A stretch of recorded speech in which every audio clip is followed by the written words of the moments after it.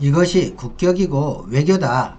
당당한 제안과 중재, 세계 선도국으로 부상한 한국. 이해관계가 첨예한 세계 여러 나라가 공감하고 지지할 제안을 하기도 어렵지만 그보다 더 어려운 것이 다른 나라를 움직여 그 나라와 자신 그리고 상대국 간 갈등을 최소화하게 만드는 중재입니다. 5월 세계보건기구 연례 회의를 앞두고 대만을 옵서버로 참석시키겠다는 미국과 인정하지 않겠다는 중국의 갈등은 첨예했습니다. 대만이 참여하든 안 하든 세계 주요 국가는 사실 별 관심이 없습니다. 다만 미중 두 나라와 대만 문제로 불편해지지 않기를 바랄 뿐입니다. 시진핑의 연초 방안이 코로나로 불발된 이후 한국은 사드로 틀어진 양국 사이를 정상화하기 위해 일관된 대중국 태도를 보였으며 중국도 정책적으로 대한국 우호를 표시했습니다. 중국의 수많은 한국 기업이 진출 중이며 국내 모든 대기업이 중국에 투자하고 생산 거점을 두고 있습니다. 사드 보복 여파로 중국에서 철수한 롯데처럼 아직도 한국 기업은 중국에서 다른 외국 기업과 같은 처우를 받지 못하고 있으며 엔터테인먼트나 지식재산권 분야는 퇴출 당한 이후 아직 막혀 있기도 합니다. 사드 보복 상황에서도 한국은 매년 대중국 교역에서 홍콩을 포함 400억 달러의 무역 흑자를 기록 중이고 흑자 규모가 줄긴 했지만 최대 교역과 최대 흑자 국가로서 중국은 여전히 한국의 중요 국가입니다. 문재인 정부 들어 일관된 정책과 메시지를 보냈고 작년 한중일 정상회의에서 처음 중국이 변화된 모습을 보였으며 중국은 시진핑의 방안을 약속했습니다. 5월 13일에 시진핑 중국 국가주석은 문재인 대통령과 전화통화를 갖고 양국 현안에 대해 의견을 나누었고 양국의 방역과 기업인에 대한 입국 허용 정책 등에서 인식을 함께 했습니다. 그리고 여기서부터는 양국에서 발표되지 않은 오로지 제 개인 추측과 생각입니다.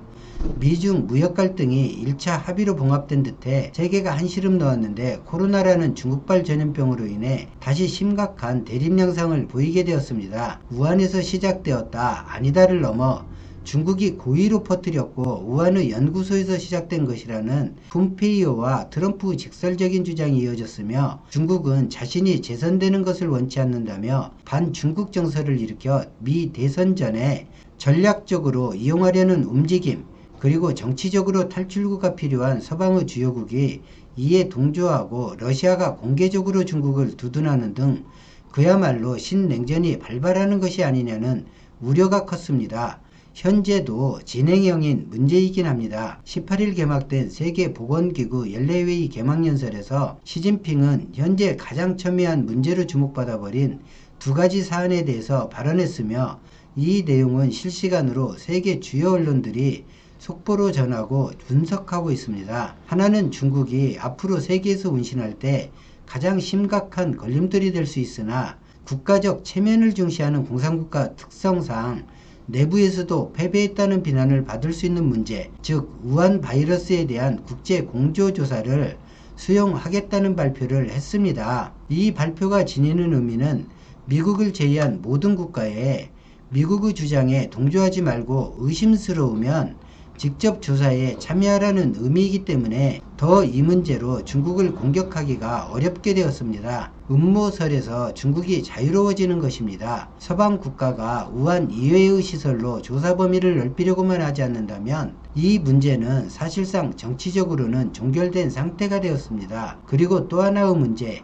가해국으로서 이미지 문제입니다. 전염병은 어느 나라도 뚜렷한 고의가 발견되지 않는 이상 발병국에 책임을 묻지 않습니다. 발병된 나라부터 피해가 시작되기 때문입니다. 위생이나 정책의 미흡함을 탓할 수는 있어도 어느 국가도 발병국에서 벗어나지 않기 때문입니다. 메르스가 국내에 상륙해 인명피해와 혼란을 주었지만 우리는 중동 국가를 가해국이라 지칭한 적이 없습니다. 스페인 독감이라 불리는 전염병으로 3천만 명이 죽었어도 어느 나라도 스페인의 책임을 물은 적이 없습니다. 그런데 최초로 중국이 가해국으로 이미지가 심어지려 하고 배상하는 문제까지 거론되는 상황으로 발전했습니다. 이는 트럼프 행정부의 의도이기도 하고 이에 동조할 만큼 각국의 사정이 정치적으로 매우 힘들다는 방증이기도 합니다. 이 문제에 대해 시진핑은 중국이 가해국도 아니고 코로나에 배상할 책임도 없다. 하지만 국제사회의 주요 국가로서 20억 달러를 방역과 저개발국가 의료 지원에 2년 동안 지원하겠다는 의사를 밝혔는데, 이는 직접 표현은 안 했지만 도의적인 책임을 진다는 의미가 있습니다. 공동자산으로 방역물자 비축시설을 짓자는 제안도 함께 했습니다. 책임은 없지만 책임있는 일원으로 지원을 하겠다는 것인데, 사실 이를 이렇게 만든 건 중국이 계속해서 재수없이 행동하고 급기야 발언 국가가 아니라는 부정을 하면서 일이 커지게 된 것입니다.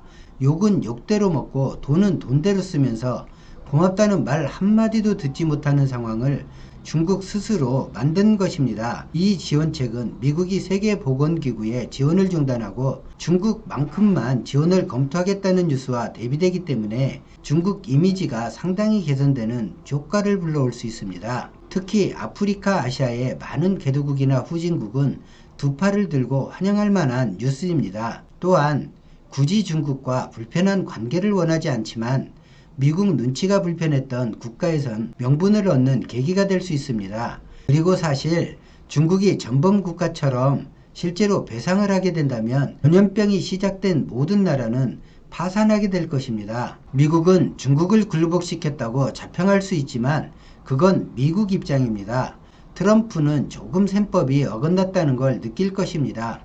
중국이 조사를 거부하고 책임 부분도 거절해야만 대선에서 활용할 수 있는데, 지금과 같은 상황이면 코로나 문제로 중국을 압박은 할 수 있지만 동조 국가를 구하는 것이 어려워지고 국제 공조가 어려운 논쟁거리를 혼자 끌고 가면 아무리 미국이라 해도 국제적으로 고립됩니다. 고립은 영향력 축소를 의미하고 궁극적으로 미국 이익 축소를 의미합니다. 미국 정가나 재계, 군부는 결코 이것을 바라지 않을 것입니다. 하지만 트럼프는 이번 중국 발표로 얻은 이익이 적지 않습니다. 자신이 구상한 중국을 이용한 전략에 차질이 있는 것이지 손해를 본 것은 아닙니다. 트럼프도 적당한 명분을 찾아 이 문제만큼은 중국에 화해 신호를 보내게 될 것입니다. 중국도 미국에 적당한 구실을 붙여 교역에서 좀 더 양보하는 모습을 보일 것 같습니다. 미국이 지금 강하게 이야기하는 대만은 일회성 대중국 전략입니다. 대만 입장으론 미국에 버려지면 죽는 돌이지만 미국에는 요긴하게 쓰이는 사석작전에 불과합니다. 우리 한국도 사석이 되지 않도록 항상 경계해야 하겠습니다. 국제 문제는 특히 강대국일수록 각 사안을 별개로 접근하는 모습을 보입니다. 남중국해는 여전히 뜨거운 감자이지만 그건 그것이고 이 문제는 다른 문제로 보고 다른 방안으로 풀어내는 것이 국제 외교입니다. 중국의 이번 발표에 한국 제안이 있다고 저는 판단하고 있습니다. 새우가 등 터지지 않으려면 고래 싸움이 자신을 비켜나게 하는 것이 상수이기 때문입니다.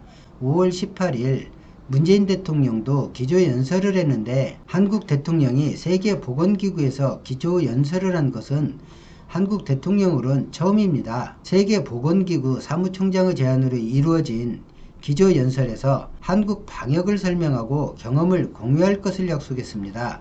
그리고 전 세계가 주목하는 제안을 했습니다. 바로 백신에 대한 제안입니다.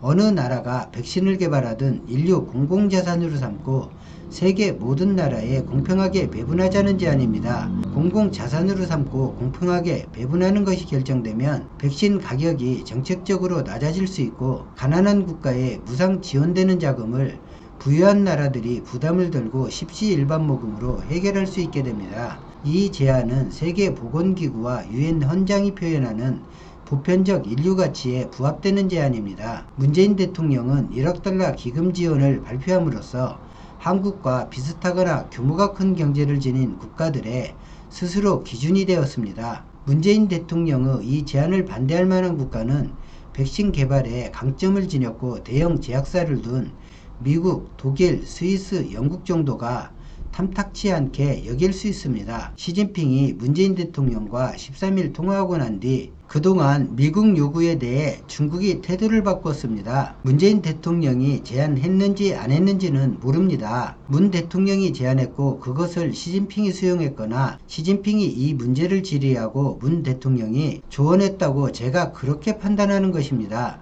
백신이 개발되기 전 세계보건기구는 개발될 백신에 대해 세계 공공자산으로 삼고 공정한 분배를 할 것인지 회원에게 질문할 것입니다. 남북대화, 한반도 평화조차도 지지를 호소했던 모습에서 국제질서 선도그룹으로 급부성한 모습이 생소하기도 하고 자랑스럽기도 합니다. 오늘 영상은 여기까지입니다. 고맙습니다.